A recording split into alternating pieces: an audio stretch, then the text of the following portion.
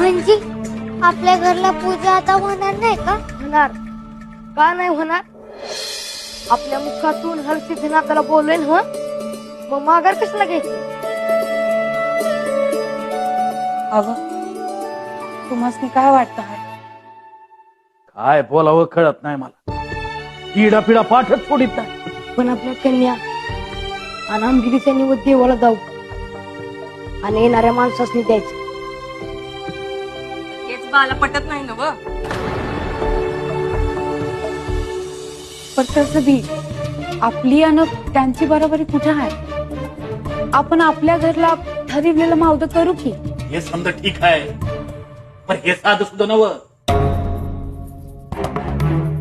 आता पतूर आडून आडून तंटावा का, पण हे म्हणजे तर मोर जाऊन वाकड्यात शिरणं जात.